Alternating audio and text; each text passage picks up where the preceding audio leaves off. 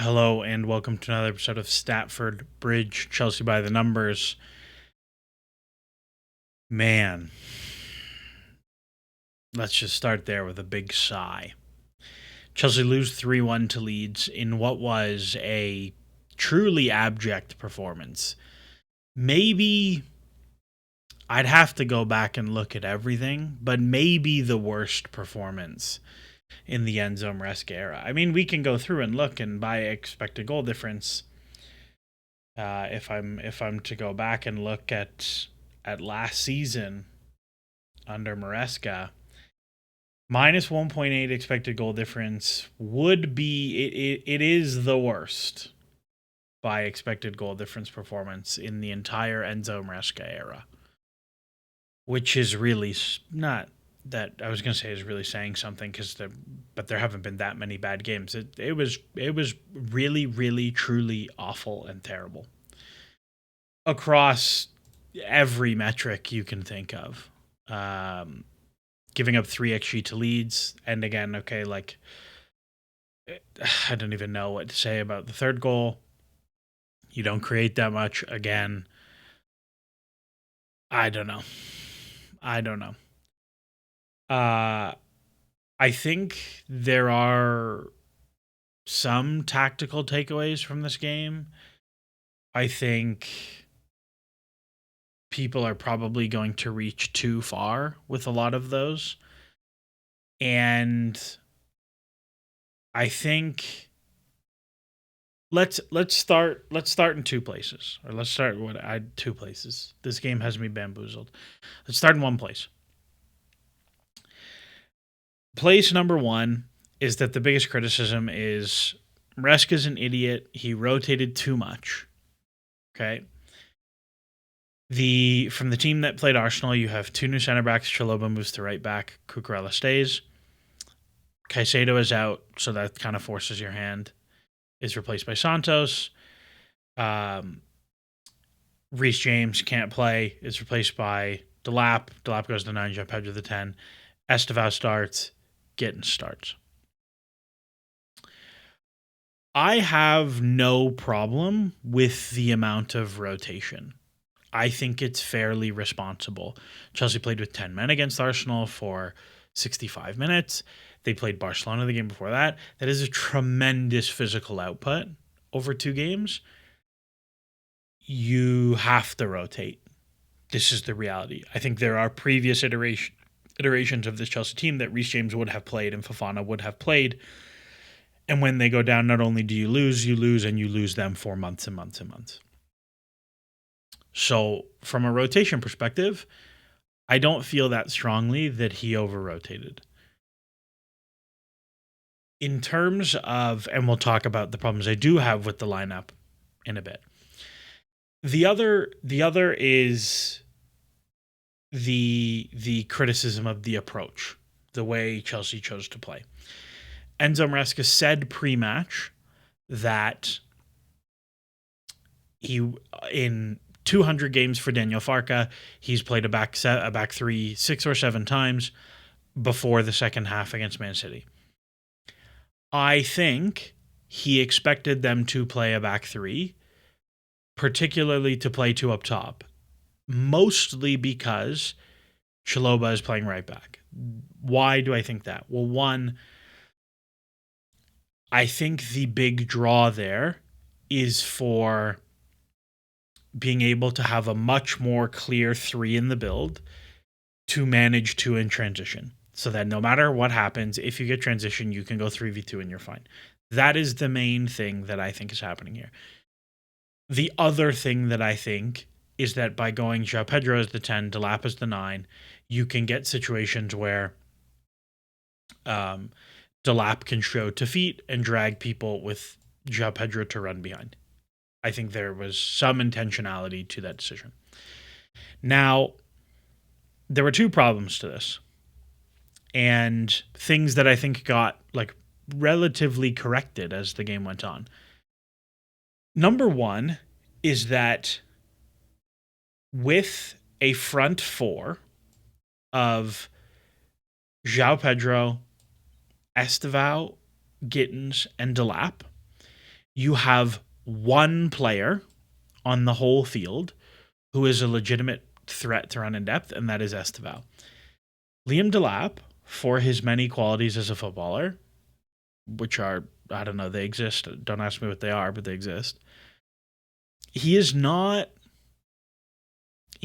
fast, and his timing to run in behind is not great. He is an okay runner in depth in that he's somewhat willing, but it's much more in transition than it is settled possession against a mid block or against the press to then be a depth threat.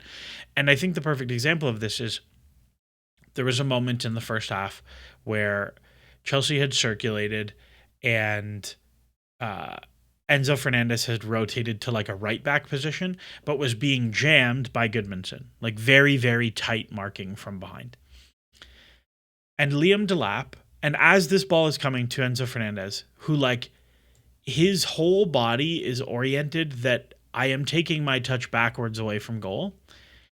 Liam Delap from like here has started sprinting into depth, not looking at the ball. And when he has not got the ball, has turned around and been like, why didn't you pass it? As if there was any world where Enzo Fernandez could possibly pass him the ball.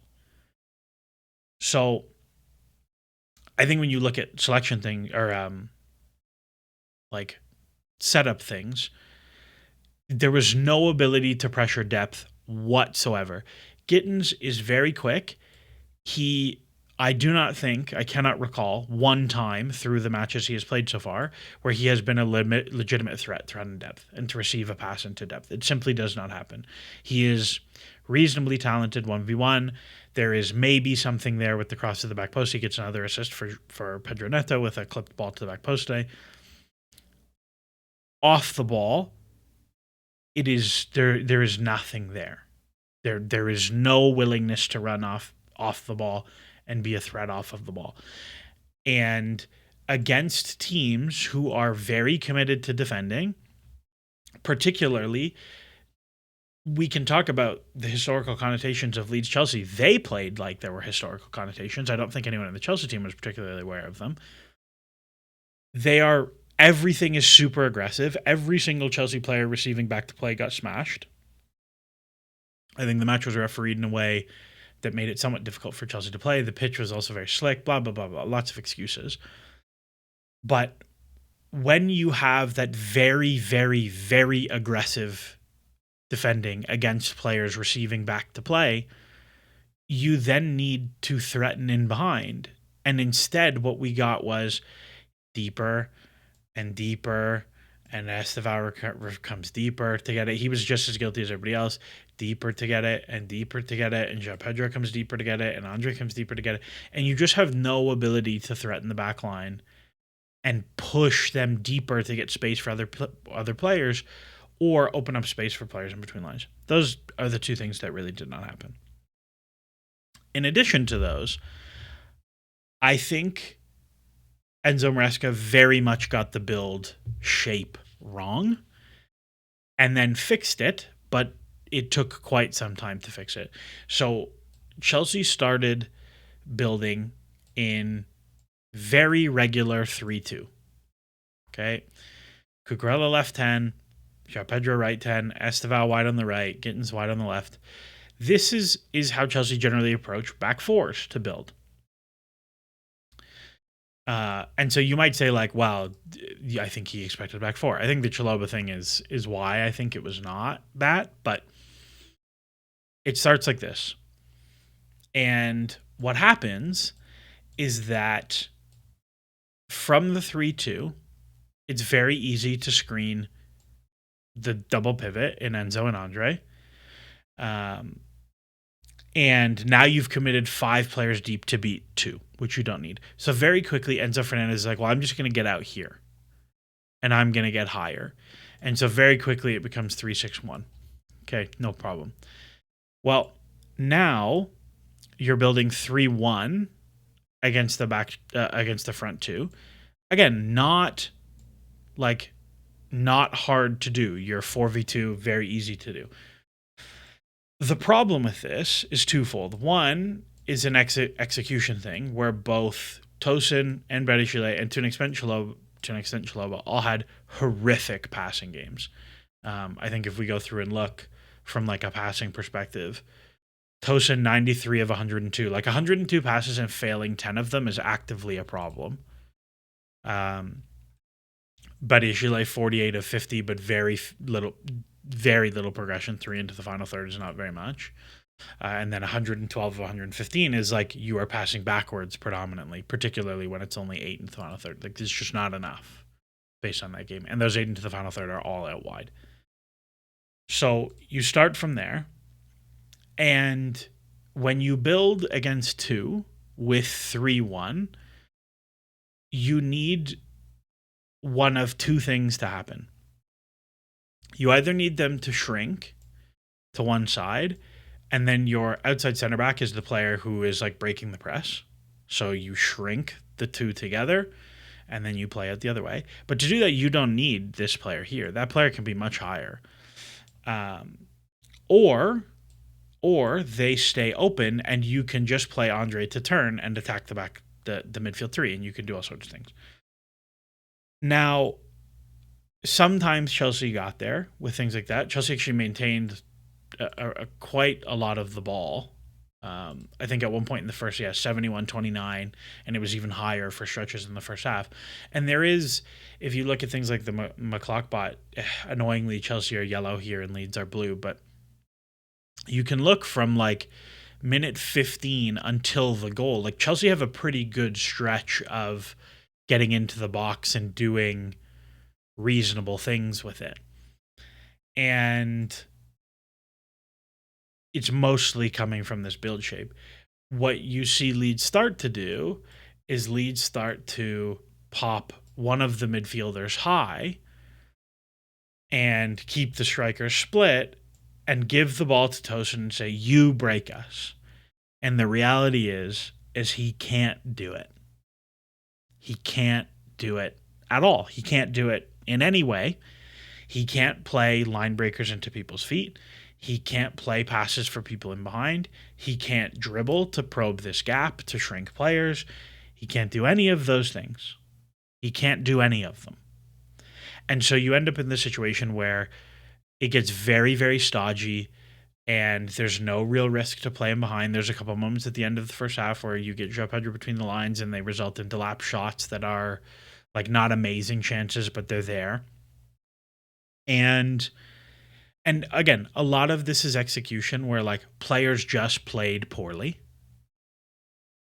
And you just get stuck here. And Chelsea concede some pretty shite goals in the first half. One is a corner where Delap loses Jacobiol and like is not even close to marking him. Like, it is genuinely hard to overstate how bad he loses him, and then gets blocked off by Gittins, who has no idea what's going on. I think I described it during the game that if you put their heads together, ear to ear, and it was a windy day, you would hear a whistle from one end to the other. Like, there is not one critical thought going on between the pair of them if they don't have the ball. If they have the ball, like, they're trying to do stuff. If they do not have the ball, it is just a loading screen, a Mac pinwheel until they touch the ball of like, I don't know what's going on here. There is nothing there. And you have a half where Chelsea are pretty dire in possession. The passing game is like not really happening. Players are playing poorly. The buildup is poorly constructed for the shape that they're playing against. Players are executing poorly. And on top of that, you have like a frankly abhorrent press, like a press that does not work even a little bit. So even when the other team get the ball, you're not getting anything out of it. Leeds were so comfortable, not so much like playing through, but they were never under any pressure of turning it over and getting transitioned. Delap gives you zero defensively. João Pedro was very good against Arsenal defensively, but has not turned up defensively for many weeks. Estevao has surprised me defensively, did not have a good game in the press. Gittins is like a total zero defensively. Enzo Fernandez, very poor defensively. And then you have Andre on an island, and he's like, I don't know what to do here. And then you add into that the problem that we have been dancing around this whole time in Tosin, that like, okay, well, none of us are that good at defending, so let's just squeeze a lot more and make the distance way smaller. Like, one of the things that has gone very right for Chelsea's press in recent weeks is the PPDA has been like 6 or 5 because they are playing Chalobah and Fofana as a pair, and those two, you can squeeze your lines all like 20 yards higher, and you can be way more aggressive in the press because I know behind me that these two guys can pick up the 2-9s and are able to run into the channel and are able to do all these things, and Tosin can't do it, which means the line drops 10 yards, and now the press doesn't work because all the space is too big. Like, if I look at the Mark stat spot, if I looked at like dangerous losses, like Chelsea generate 23 losses leading to 3 shots, which is, I think it's actually backwards. Chelsea generates 16 losses for 3 shots, which is like nothing. They generated more against Arsenal with 10 players. They generated more high turnovers with 10 players against Arsenal, defending primarily in their own half, than they did against Leeds, losing the game 11-11. Like, that tells you, I think, everything you need to know. And you just end up in this situation where, like, nothing goes right in the first half. So at halftime, you get Esteval yanked for Pedro Neto, who I thought was much better than Esteval. Not Esteval's best day. He's young. I also thought he was like extremely frustrated. He was perhaps a little bit lucky to not be sent off for the red card, for like kicking out at somebody. It was pretty close to red card stuff. It didn't get there, but it was not far. And so at halftime, you get Gusto comes for Badiashile, and you get Neto comes for Esteval, and otherwise the team stays the same. I think Badiashile can feel somewhat hard done by. He did not have a very good half, but he was, in my opinion, firmly not the problem. And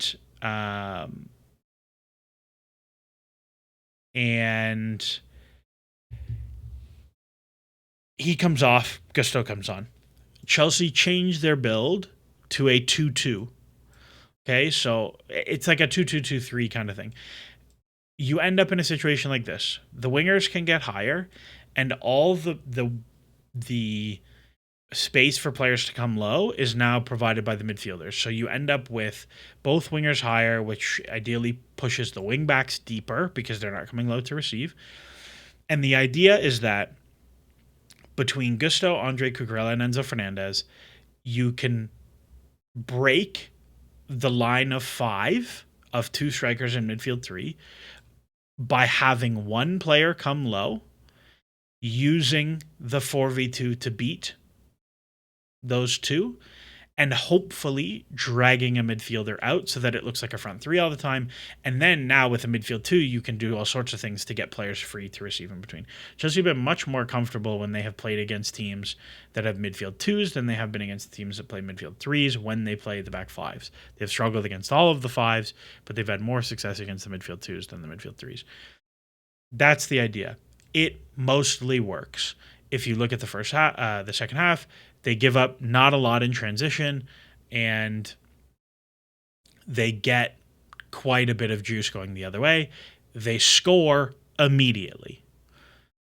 After they score, it slows all the way back down again, and the build sticks again, and you don't get as many people on it, and you just get claggy and claggy and claggy. Gittins comes off for Garnacho, who I thought was quite good. He had 2 connected cutbacks in the box, one that Cole Palmer, I'm not going to say should score, because even if he puts it where he's trying to put it, it hits the post or the keeper saves it or it gets blocked, but it's a very good chance. and connects another one to João Pedro, does not get a shot off. Delap comes out for Palmer. Palmer came on, looked fairly pedestrian, but whatever, get the minutes in your legs. I have no complaints about that. Guiu comes on, doesn't really give you anything, and it's just very, very flat. And then Tosin has a meltdown, passes the ball to their striker in the 6-yard box, and Dominic Calvert-Lewin gets a .99 xG goal. And then the game is over. I think the tactical takeaways end at the build stuff and the setup of who you played together in the front four in terms of the press. I think that's where the takeaways end in terms of tactical things. We've talked about the rotation things. I think the most obvious takeaway from the game is that you just can't play the big fella anymore. You can't do it. Dimitri had a tweet that went viral. There was like, the green line are games in which Tosin did not start. 1 goal conceded in 5 games. The red lines are games in which Tosin started. 8 goals conceded in 3 games. I don't know, man. Seems pretty obvious. And he has Wolves, Karabag, and Leeds in there. Tosin did also start Burnley, which he acknowledged. But still, in 4 games, they conceded 8 goals. In the other 4 games, they conceded 1 goal. Like, the point is the exact same. That's really bad. That is so terribly bad. Now, is that how we're supposed to use on-off? No. Is on-off a particularly reliable metric in the Premier League or in any soccer anywhere? No, there's not enough substitutions. However, do I, with my eyes and with the data, look at all of these games and go, Wolves, so bad defensively. They get killed into the channel every single time the opposition just kicks the ball into the channel. And they struggle in the build-up. All of the goals, if you recall, in that Wolves game are basically all in transition. Yes. You look at the Karabag game, another game where Chelsea very much struggled to play through a pretty terrible Karabag team and then get done in the channels on transition. That sounds familiar. Burnley plays okay. Leeds get done in the channels and transitions and can't press and can't build up. I mean, at some point you just have to look at it and say, like, he's just not that good. And that's fine. It's not his fault as a guy. It's like, I'm sure he's a perfectly lovely character and whatever, all the Uncle Tosin stuff. He does not seem to be good at football at a Champions League level. Like, that's just the reality of the situation, is he is not good enough to do the things that are asked of him to do. Enzo Maresca before the season was like, well, no, he's got to play in the middle. Actually, he absolutely doesn't. You have clearly found other tactical solutions, whether that's dropping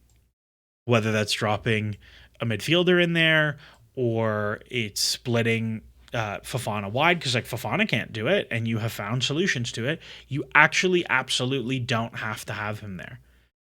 And I think Enzo Maresca is probably going to wear more of this game than he should. Like, there are lots of times where Chelsea play with this exact same setup that he got wrong. It was, I think, the wrong way to approach the match. But I think there are lots of times where they come with this setup and the players just play better and Chelsea win and we never talk about it again. I think that is absolutely the case for this game. But I think at some point, like, he has to wear the selection things where Tosin just can't hang. The other half of this is João Pedro Delap as a pair have generally not looked amazing. Like, if we go back to Chelsea West Ham, which is another game at the beginning of the season where those two played together. If you recall, I believe that's the game where I want to make sure I get this right.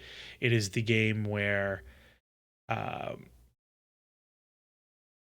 think, they played all right in that one, so maybe I'm just an idiot. But they're all set piece goals, so Delap doesn't do anything. He doesn't get any credit in this situation. I think you just look at it and, like, they don't fit. And a lot of that is João Pedro as a 10 leaves very much to be desired. And there was a good stat from from this Bidare Ball account. It said in match week 14, Delap and João Pedro have combined for 34 shots and 4 goals. By this point last season, Jackson had 31 shots and 8 goals. And again, I don't know what I'm complaining about because like he can't come back. But it's very clear to me that as far as striking options go, you are simply not going to win anything with Delap and João Pedro as your two. Delap, João Pedro, and Mark Guiu as your 9 options. It's just not going to happen. And so you look at the table and say, okay, well, Chelsea are 4th on 24 points. That maths out to like 65 for the season. And 65 in a season that's so condensed like this, 65 will almost certainly be enough for top 5. Almost certainly. And so how much jeopardy do I feel about Chelsea in regards to top 4, or in regards to Champions League qualification? Not very much at all. But in terms of movement forward, they're just not the guys. They're just not the guys, and they're never going to be the guys. So here we are. I don't know. Sexy spreadsheet, it's down a lot. Mostly off of, again, it swings a lot. Like that's a 4-goal expected goal difference swing from whoever Leeds were last year. And the attack is down a little bit. Blah, blah, blah, blah, blah, blah. Don't play the bad guys. You can rotate. Just don't play the bad guys. And you know how I know you can rotate? Because you could have played this exact team, exactly this team. And instead of playing the Brontosaurus, who also can't jump and win headers, because by the way, like free headers for Pascal Strike on the 6-yard box, standing immediately next to Tosin, the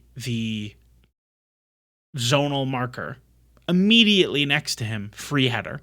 Doesn't win headers, by the way. 8 feet tall. Has never won a contested header in his life. He'll win free headers with nobody around him, for sure. Doesn't score on set pieces. Doesn't win contested headers. Leeds scored a 4th goal that was correctly disallowed for offside, that Calvert-Lewin heads the ball straight up in the air, and Tosin stands underneath it. Stands unopposed underneath it, just waiting for it to land in his basket. And Nemecha jumps up and heads it over him, and it like falls down for a goal. I promise you, you have Josh Achimpong on the bench. I promise you he's good at football. I promise you he's good. We can go look. We can go look at all of the games he's played this year. And I can open them up, and I can go look and say, all right, let's see Josh Achimpong match logs, 25-26. Here are the games he's played in this season. He plays against Brighton. A game you take a red card in. It wasn't bad.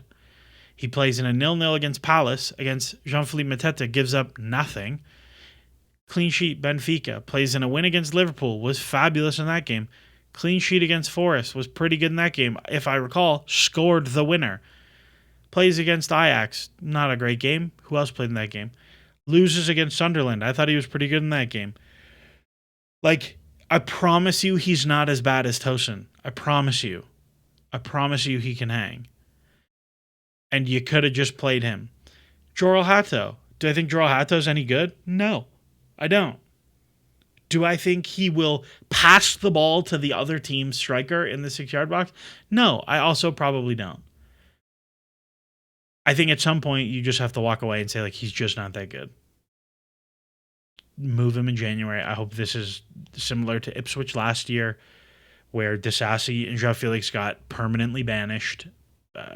Both moved in January, like a week later.